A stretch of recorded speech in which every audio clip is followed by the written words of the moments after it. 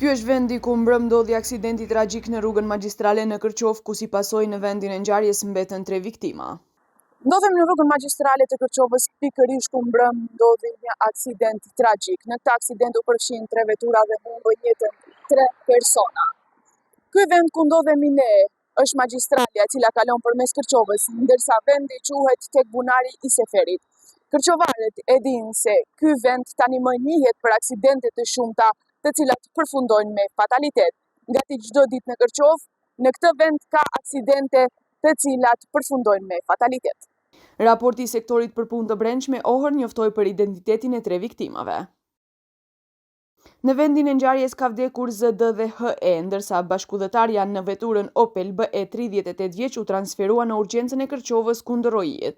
Vdekja është konstatuar nga ekipi mjekësor, ndërsa me urdhër të prokurorit publik, trupat e pajet janë dërguar për obduksion.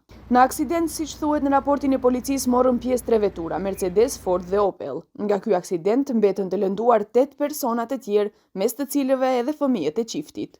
Првото возило биле вкупно 6 лица, од кои двајца сопружници се на лице место починати, тие биле странски државјани со потекло од нашиот град.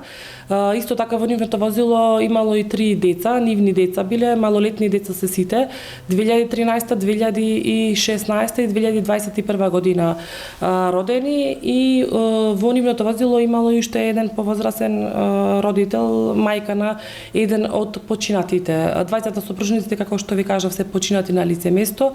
Повозрасната жена е во стабилна општа состојба, меѓутоа со потешки политрауматски повреди на лакто и на подколеница.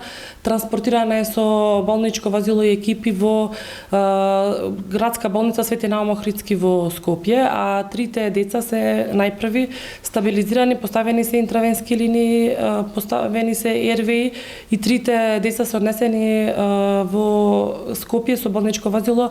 Примени се 3 деца на клиниката на универзитетската клиника за детска хирургија. Едно од децата е во потешка општа состојба. Për këtë ngjarje të rëndë e cila tronditi Kërqovën, foli edhe ministri i punëve të brendshme Panço Toshovski, i cili tha se sipas informacioneve që posedon, shpejtësia e lartë ka qenë arsye e aksidentit fatal.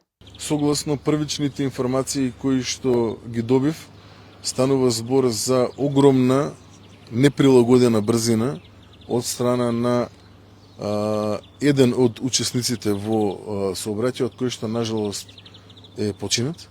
Nga prokuroria publike njoftuan se janë marrë të gjitha provat e nevojshme për të vërtetuar shkakun e aksidentit, ndërsa trupat e pajet me urdhër të prokurorisë janë dërguar për obduksion.